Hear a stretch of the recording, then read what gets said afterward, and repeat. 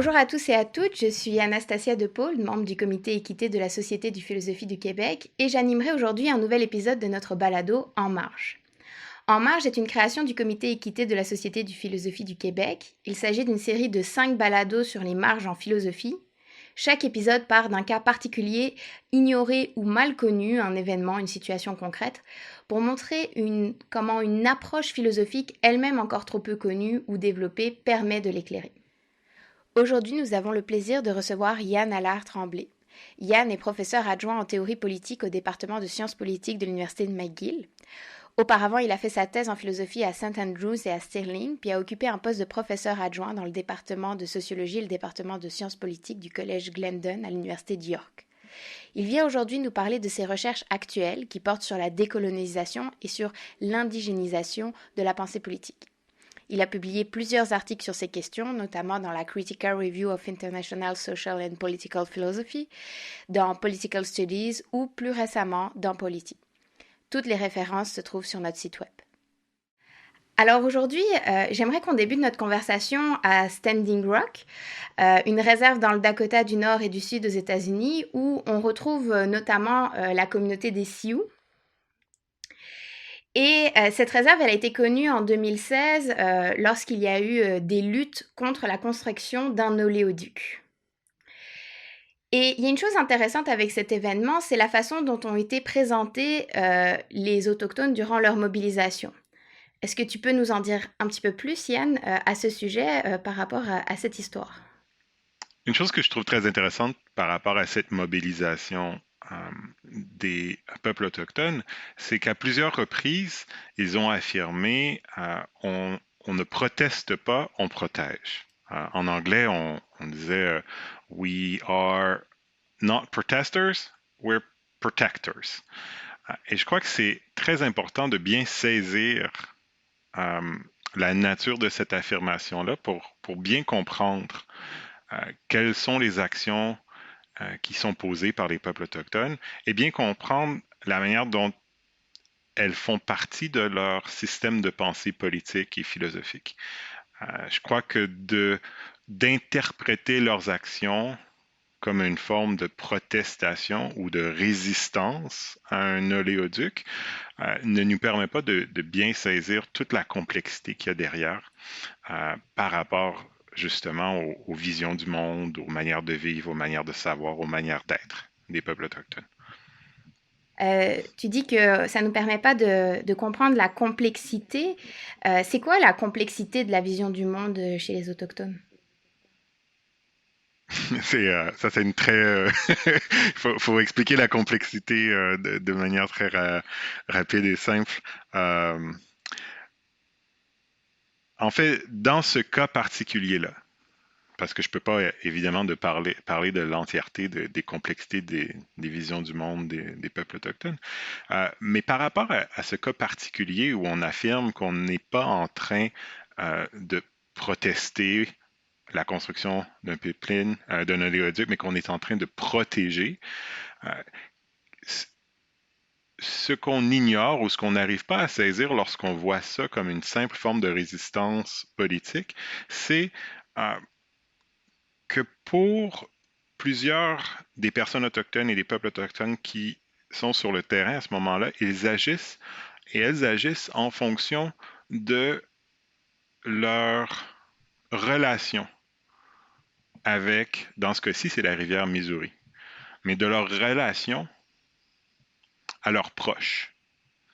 Donc, c'est sur la base de ces obligations-là que l'action devrait être interprétée, et non pas sur les bases, disons, d'un jeu politique ou sur les bases d'une participation à l'intérieur des institutions de l'État, où on s'oppose à une décision politique afin de changer la décision politique de l'État. C'est pas ça qui est en train de se passer. Et lorsqu'on dit on ne proteste pas, on protège, ce qu'on recentre, c'est que l'action en est une qui est fondée dans le rapport aux autres, que ce soit les autres êtres humains, mais également les autres que humains, comme la rivière Missouri.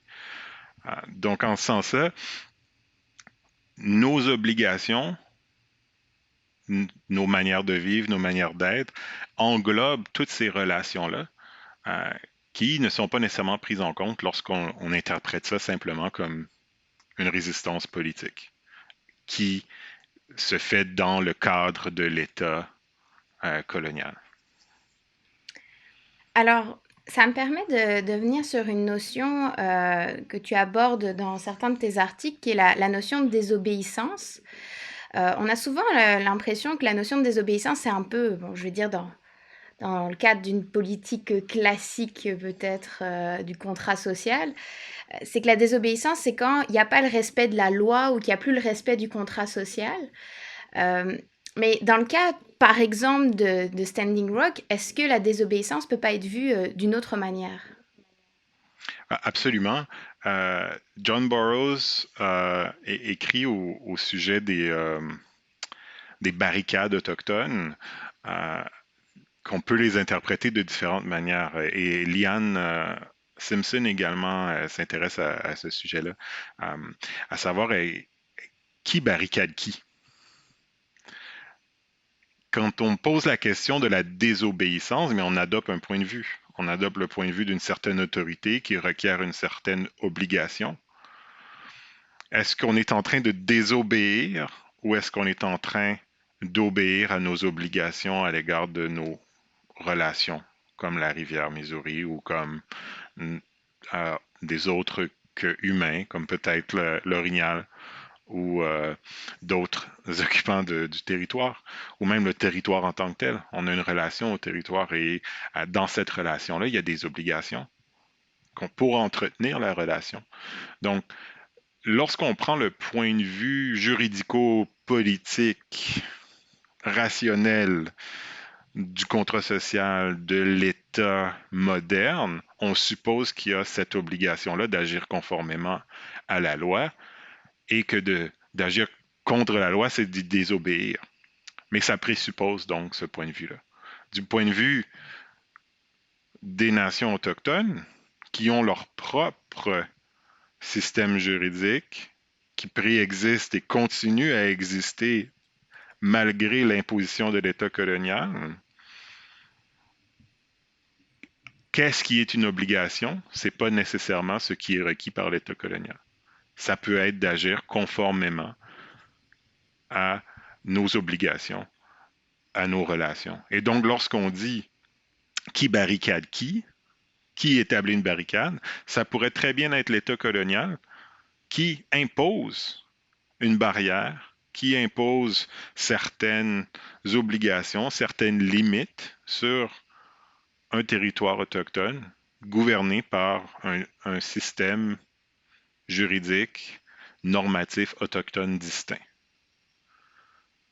Cette notion de relation est très importante. Est-ce qu'on peut dire que c'est une notion qui manque dans la pensée politique occidentale alors qu'elle serait centrale dans la pensée autochtone pour peu que ça puisse même faire sens de parler d'une seule pensée autochtone? On ne peut pas dire qu'il y a une seule pensée autochtone, ça c'est certain, mais on peut dire qu'il y a certainement des zones de rencontre et des zones de différence plus marquées avec des systèmes dominants occidentaux. C'est très difficile de dire qu'il y a des différences catégoriques et qu'il n'y a jamais eu de courant dans le système occidental qui vont s'apparenter à certains courants dans les pensées autochtones. Je ne suis pas prêt à avancer ça, euh, mais on peut quand même identifier ces zones de différence et de conflit entre les systèmes de pensée. Et la relationnalité, comme c'est expliqué par plusieurs chercheurs et chercheuses autochtones, Heidi Stark, Gina Star Blanket, par exemple, écrivent sur l'importance de la relationnalité. On retrouve ça chez beaucoup d'auteurs autochtones.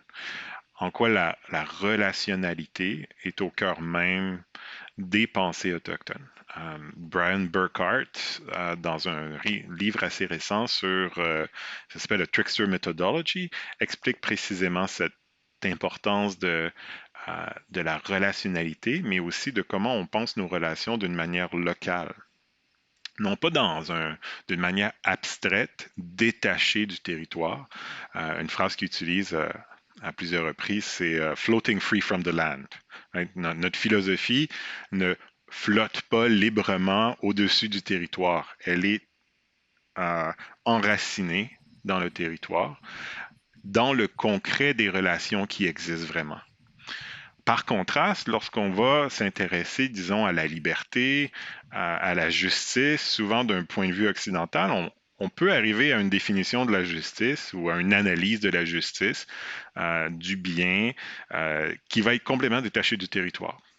La théorie de la justice de John Rawls, euh, c'est, oui, ça s'intéresse à des sociétés concrètes, mais en même temps, c'est pas une théorie spécifiquement pour nos relations concrètes ici et maintenant sur le territoire qu'on occupe.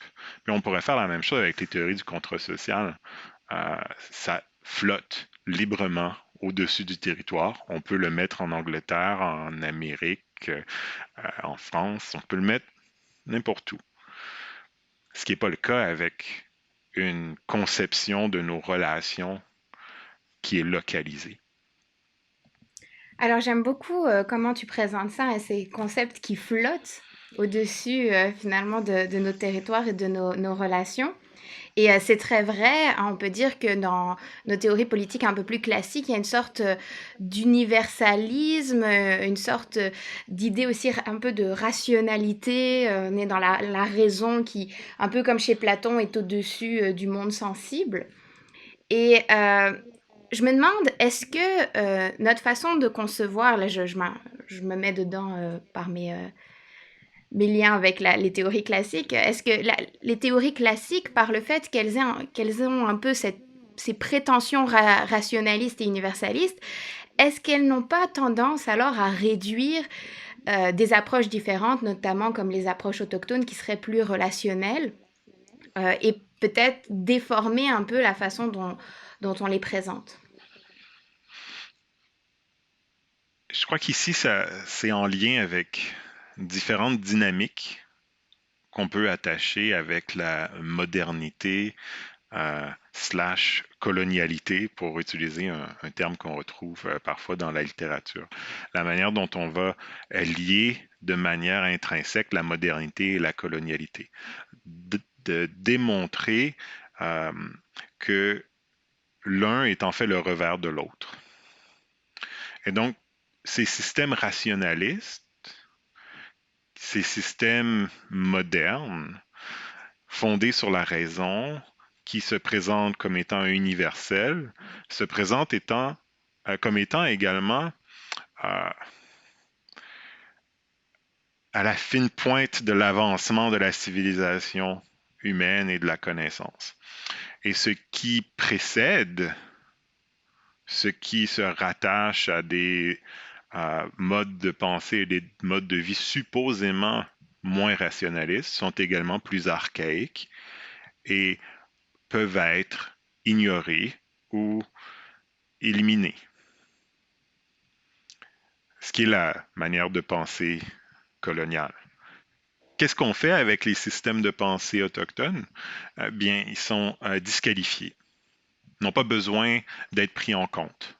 On les ignore. Euh, Parce qu'ils sont conçus comme devant éventuellement être remplacés par un système moderne, universel, rationnel. Mais ça ne veut pas dire qu'il n'y a pas des enjeux politiques dans le concret qui ne se présentent pas sur la base de ces systèmes de pensée-là. Donc, comment est-ce qu'on fait pour en rendre compte? Dans un système qui se prétend universel, moderne, avancé, civilisé. Mais on va essayer d'en rendre compte dans les termes de notre discours. Plutôt que d'essayer d'entrer dans ce dialogue avec l'autre, de saisir, de changer peut-être sa manière de penser, d'accepter une forme pluraliste de penser et de manière d'organiser le monde, on va essayer de l'interpréter dans les cadres mêmes de notre discours. Donc, comment est-ce qu'on essaie de rendre compte de la relationnalité? Comment est-ce qu'on essaie de rendre compte des manières de vivre autochtones fondées sur la relationnalité? Bien, parfois, ça va être interprété comme une forme de religion. Parce que ça, dans notre système rationaliste libéral, disons, on est capable d'en rendre compte. On est capable de dire, ben, on reconnaît à tous les individus un droit universel et inaliénable à avoir une religion. Donc, on va approximer, essayer d'interpréter. Mais ce sont les termes de notre propre discours qu'on a institués et qui destituent en même temps les visions du monde autochtone. Il y a des enjeux d'injustice épistémique, il y a des enjeux d'interprétation, il y a tous les enjeux liés précisément à l'imposition et à la distorsion d'un discours, parce que là, on impose des termes qui ne sont pas nécessairement ceux utilisés par les personnes elles-mêmes pour interpréter leurs actions ou leur manière de vivre. Yann, ce serait quoi les enjeux pour la politique libérale de réduire la pensée autochtone à une religion? Il y a certainement plusieurs enjeux. Euh, je ne pourrais pas tous les discuter ici, mais on peut en voir un, notamment par rapport à l'utilisation du territoire. Euh, Lorsqu'on dit que les visions du monde, les manières d'être, de savoir, euh, de faire des peuples autochtones incorporent cette idée de relationnalité, c'est pas uniquement au niveau des idées, c'est pas uniquement au niveau des valeurs. Comme je viens de le dire, ça couvre les manières de savoir, les manières d'être, les manières de faire. Et lorsqu'on présente ça, disons, comme étant uniquement au niveau du religieux, on va l'interpréter suivant les cadres interprétatifs et conceptuels associés, disons, au libéralisme moderne, universel, et on va délimiter certains droits qui sont associés à ça. Certaines pratiques qui devraient être protégées, mais qui ne s'étendent pas à d'autres pratiques. Donc, dans le cadre canadien, par exemple, ça pourrait limiter l'accès au territoire des peuples autochtones, parce qu'on dira que le droit à la religion ne s'étend pas à un accès au territoire, que ça se limite à certaines croyances ou à la pratique de certaines actions, mais que ça ne peut pas impliquer un devoir aux autres d'offrir l'accès au territoire. Ou, je ne veux pas dire offrir, mais euh, de ça n'implique pas à l'État d'autoriser l'accès au territoire. Donc, ça peut être un des enjeux ici, c'est qu'on va utiliser un cadre interprétatif, normatif et conceptuel pour déterminer quelles sont les conséquences de reconnaître un, un droit religieux qui va limiter en fait les visions du monde autochtone dans leurs conséquences. J'aimerais ça, Yann, revenir sur la question de la rationalité et de nos théories politiques, disons, classiques. Peut-être que tu pourras m'éclairer, mais je trouve quand même que dans nos théories classiques, il y a de beaux concepts. Il y a le concept d'égalité, le concept d'inclusion, la démocratie, c'est faire parler tout le monde. Euh, Est-ce que ces concepts, ce ne sont pas des concepts qui pourraient rejoindre les autochtones, ou est-ce que toi tu penses au contraire que ces concepts, ils ont des problèmes?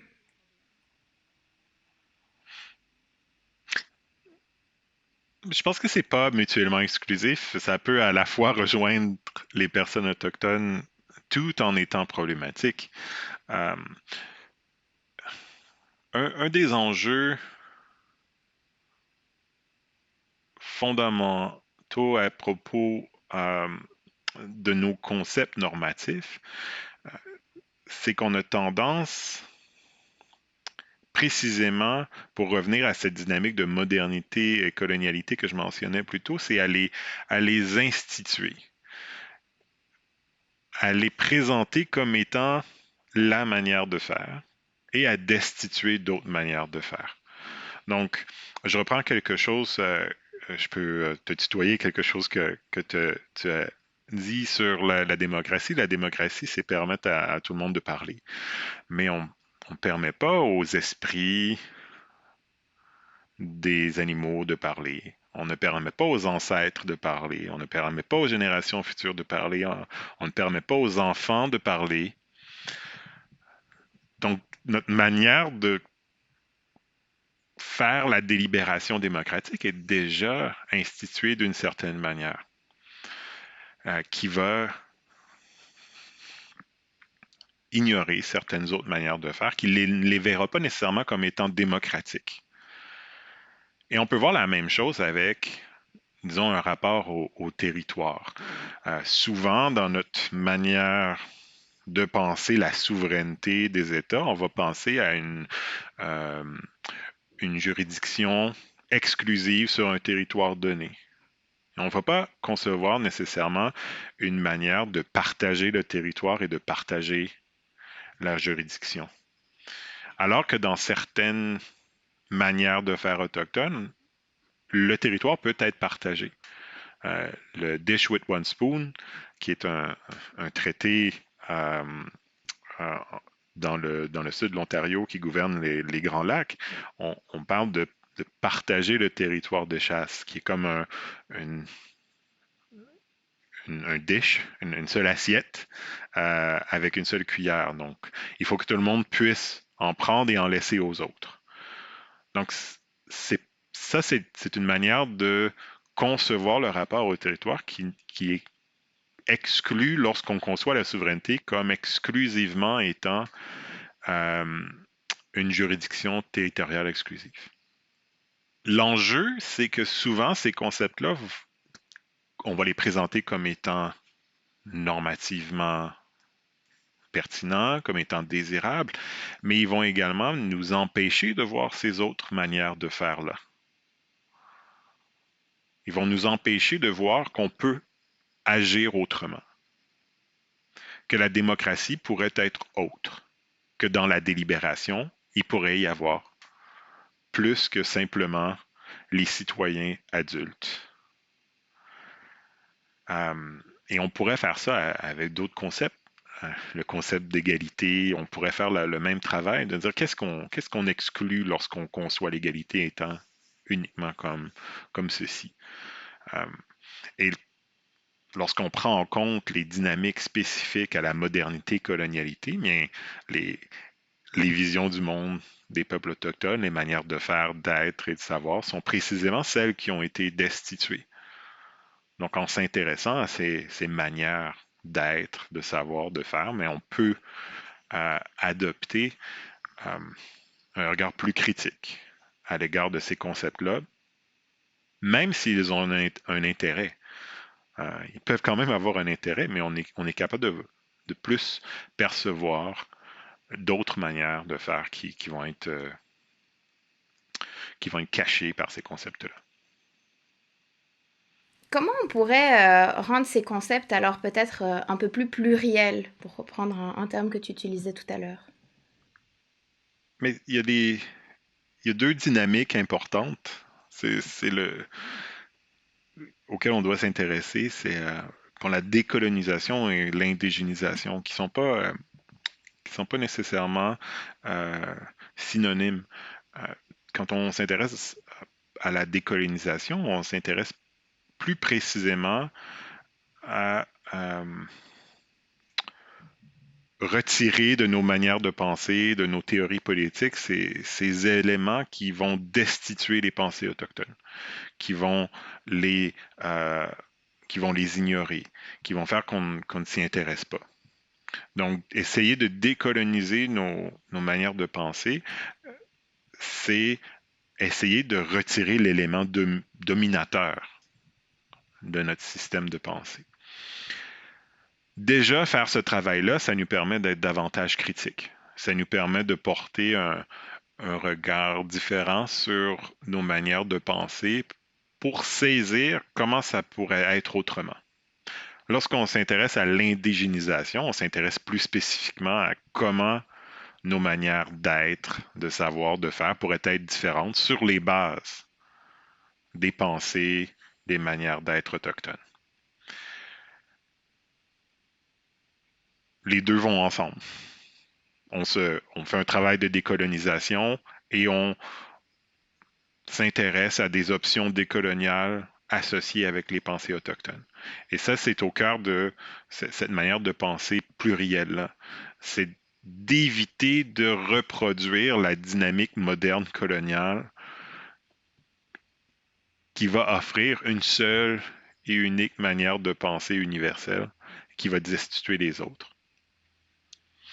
Mais comme on a été souvent éduqué dans cette manière de penser-là, que ce soit par notre éducation formelle ou informelle, mais ça demande quand même un travail constant sur soi, un travail critique, et ça demande une ouverture à ces autres discours-là, d'aller les chercher, euh, d'aller envisager quelles sont ces options décoloniales, qui sont là, qui ont toujours existé, mais qui ont été ignorées et destituées par ces systèmes modernes universels.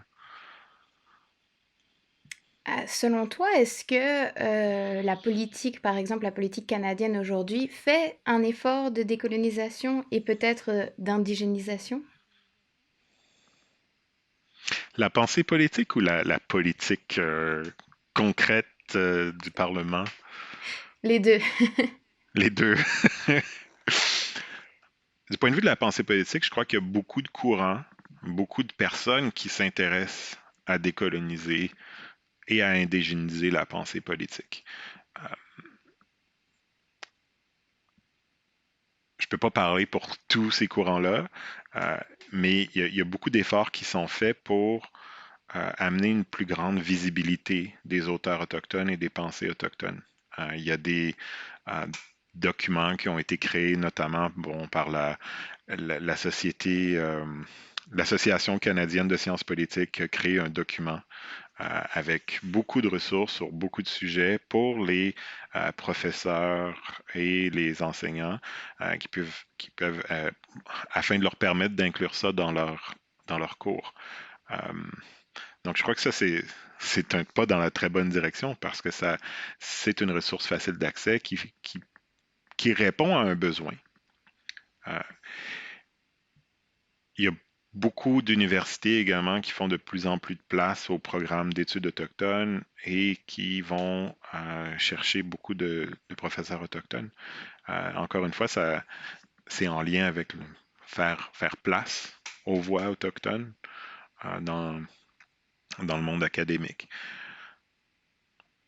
Il y a d'autres enjeux que je ne peux pas nécessairement discuter dans le détail, euh, qui, qui limitent les capacités à décoloniser euh, un système en entier euh, qui est fondé sur les savoirs occidentaux. Simplement la division de nos disciplines, la division de nos universités en disciplines est un exemple qui est très difficile à, à, dé- à décoloniser. On va séparer la philosophie de la science politique, de la biologie, de la physique. On crée des silos qui rarement se parlent entre eux, mais dans certaines manières de savoir autochtone, certaines manières de connaître du point de vue autochtone, les disciplines sont beaucoup plus liées. Donc ça, c'est, c'est un enjeu qui va demeurer. Du point de vue de la politique plus concrète, celle du Parlement, ça demeure une question plus délicate, euh, précisément parce que c'est politique. Il y a certainement un discours mis de l'avant, tout spécialement au Canada, concernant la réconciliation, concernant l'importance de reconnaître les droits autochtones et les droits issus des traités. Mais il demeure quand même beaucoup d'embûches il demeure beaucoup d'enjeux. Euh, il demeure beaucoup d'insatisfaction. Et c'est également un enjeu qui est complexe. Donc, je ne peux pas parler pour l'ensemble des peuples autochtones et l'ensemble des personnes autochtones, évidemment. Mais on peut voir beaucoup d'insatisfaction à l'égard du discours de la réconciliation venant de plusieurs personnes autochtones et de plusieurs groupes autochtones. Parce que les Wet'suwet'en ont indiqué que reconciliation is dead, que la réconciliation est morte, parce qu'on imposait la construction d'un oléoduc sur un territoire où on le refusait. Ça fait partie de ces enjeux politiques qu'on doit regarder du point de vue de la décolonisation et se dire est-ce que le travail a été fait?